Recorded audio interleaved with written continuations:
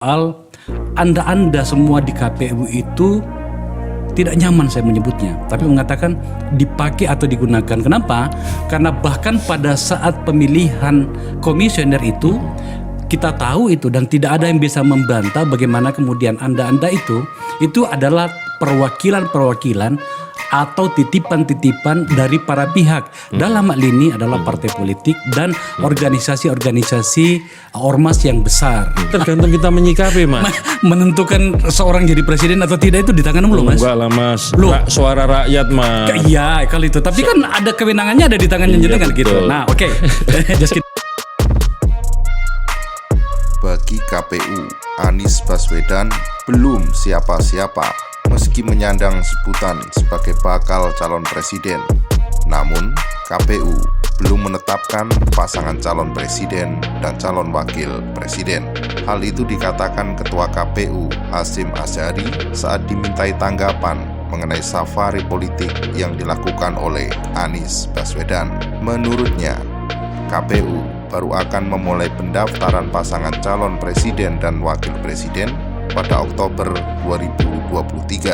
Karena itu, selama belum ditetapkan oleh KPU sebagai pasangan calon, maka yang bersangkutan belum siapa-siapa. Sehingga aktivitas safari politik yang dilakukan oleh bakal calon presiden bukan menjadi ranah KPU. Pada saat terpilih menjadi anggota KPU sekaligus ketua, kemudian seperti yang saya sampaikan tadi, yang kita bahas tadi, ini dukungan siapa, ini titipan siapa, oke, itu kita lewatin. Nah, sampailah pada sebuah situasi bahwa salah satu dealnya ketika dia menjadi anggota KPU dan atau apalagi menjadi ketua KPU adalah menjaga kepentingan penguasa. Seperti tudingan orang hari ini yang mengatakan bahwa Ketua KPU itu salah satu tugas khususnya adalah menjaga kepentingan penguasa. Termasuk juga katanya bagaimana menjegal Anies dan segala macam. Ini aku jadi bingung itu gimana sih informasinya seperti apa? Ya nggak ada lah, Mas. Kalau kemudian misalkan soal Mas Anies nih, kalau saya ditanya, itu kesannya ya kemudian itu sudah kampanye di mana-mana. Kalau bagi KPU, Mas Anies kan belum siapa-siapa. Karena apa?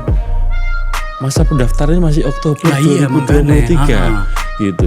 Kalau bagi KPU loh ya, kalau beliau siapapun lah, bisa Mas Anies, bisa Mas Ganjar, bisa yang lain-lain. Kalau mau ketemu siapa aja silaturahim kan, ya silahkan aja. Artinya yang dilakukan Mas Anies bagi KPU itu tidak melanggar ya? Iya, Mas Anies masih biasa-biasa aja, belum jadi calon. Lah tuh kenapa kolega Anda di Bawaslu itu saya dengar sudah ngeluarin kartu kuning dan semacamnya? Wallahu alam ya. Tapi bagi KPU siapapun ketemu siapapun sepanjang belum sebagai calon yang dinyatakan sebagai calon oleh KPU masuk DJT misalnya daftar calon tetap, ya belum siapa-siapa. Iya kan dukungan partainya juga belum cukup gitu ya. Saya tidak mengatakan itu, artinya pendaftaran masih Oktober 2023, Mas.